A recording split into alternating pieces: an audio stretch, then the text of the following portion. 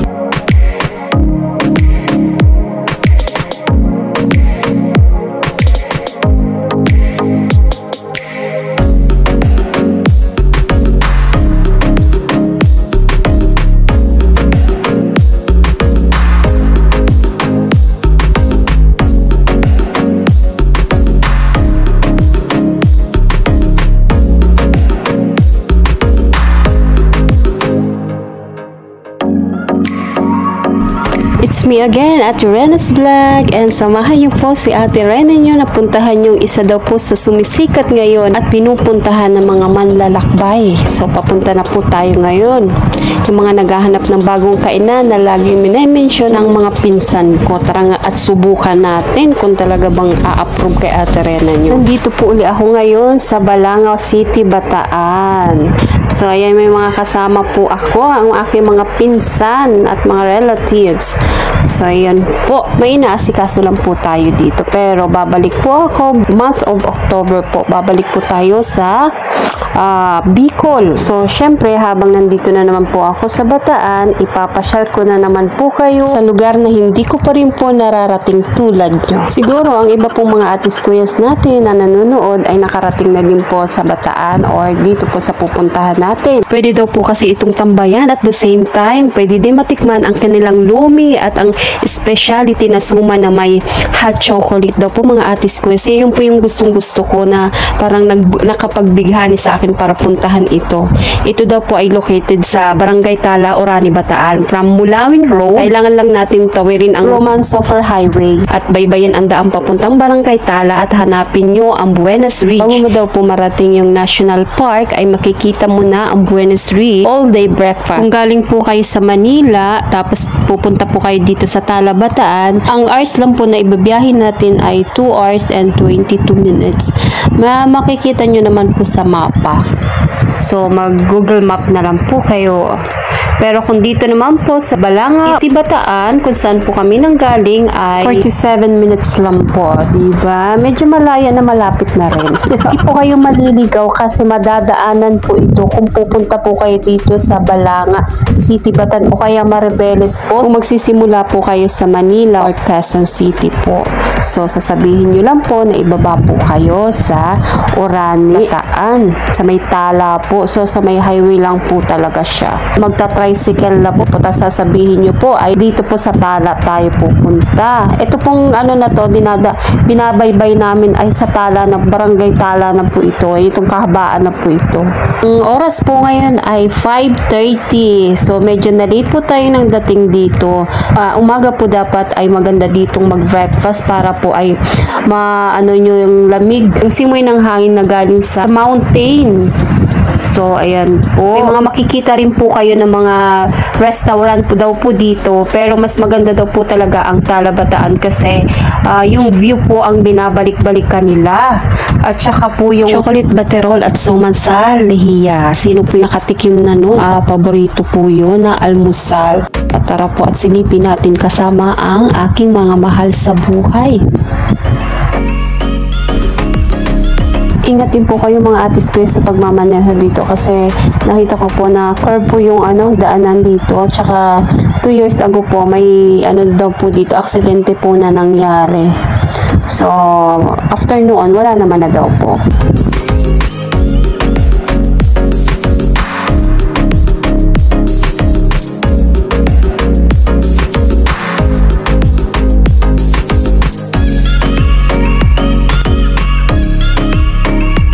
Sarap po talaga ng hangin dito. Talagang ano, pero ano po ngayon, tag-init po sa Balanga, dito po sa Balanga po, kung saan po ako nakatira ay medyo mainit po, kaya naisipan po namin na pumunta po dito kasi medyo po nagfa-fog daw po dito.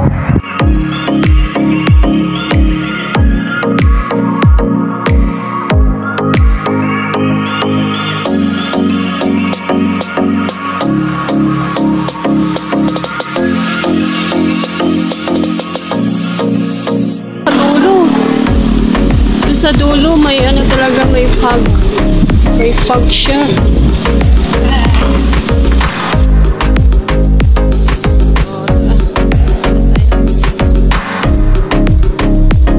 So ayan, malapit na po. Yan, nakikita niyo po yung nasa dulo. Yun po yung nasa dulo. So nandito na po kami. Yan. Yung surroundings talaga ay green na green. Ang ganda sa mga mata. Ano pang iniintay nyo guys? Mga atis kuyas. Ay pumunta na kayo dito sa Bataan, sa may Orani. Dito lang po ito sa may Tal. Ay kung may sasakyan naman po kayo or mga tricycle, marami po dito pwedeng pagparkingan. Maraming ano po dito sa baba o kaya sa taas. Pero sa baba na po kami mag-park para mas madali. So ayan, sobrang ganda po. Tara po at akyatin na po natin. At tingnan po yung iba pong mga tanawin na pwedeng makita natin dito sa Buenas. Ayun doon, doon. Ang ganda doon, oh.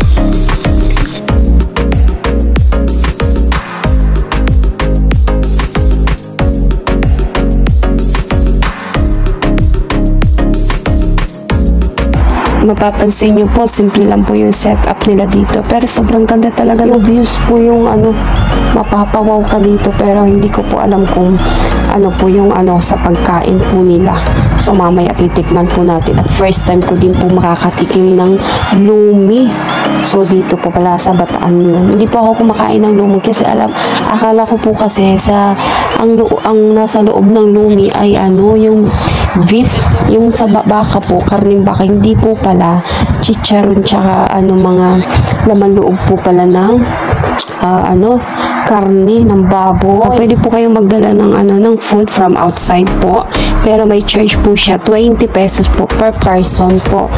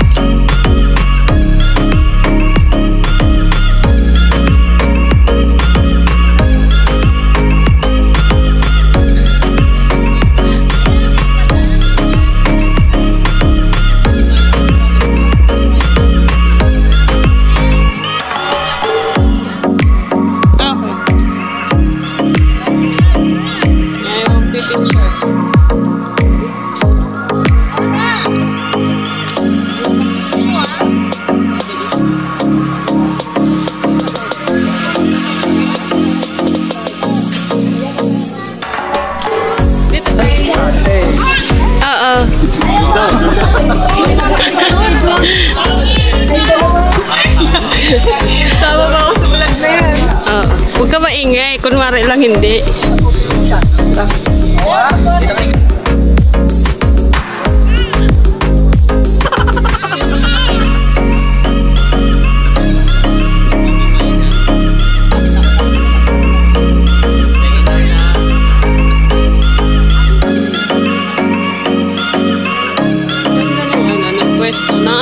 Ano?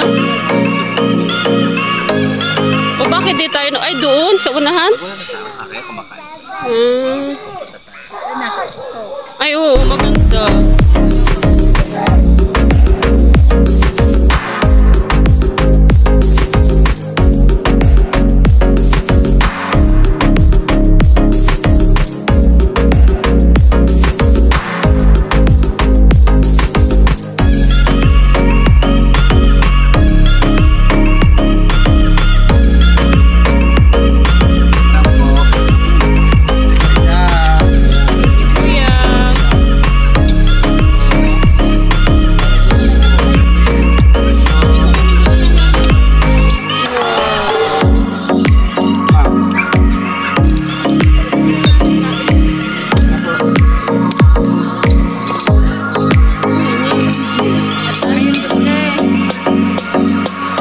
kay Jilly.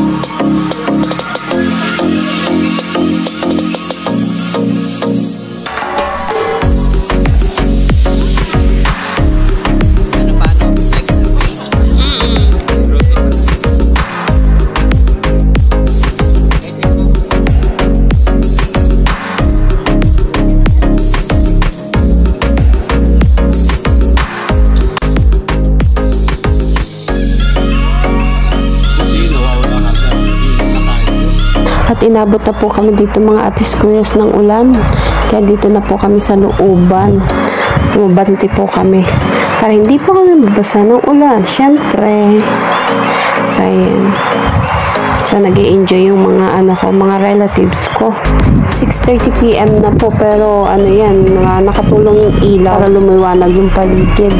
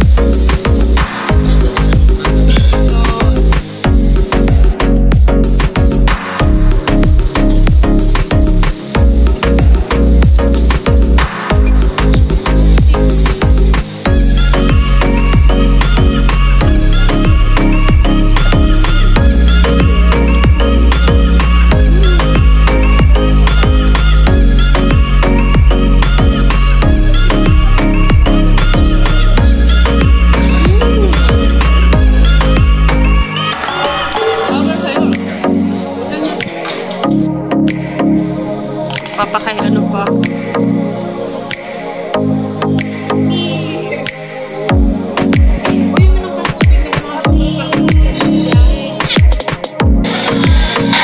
So inabot na po kami ng gabi. Umuulan pa. So hindi nyo na mo makita yung view kanina na pinakita ko. So ayan po. Wala na rin po kami na po yung last na kumain dito. Umuulan, inaantay lang namin. Kami lang po ng family ko.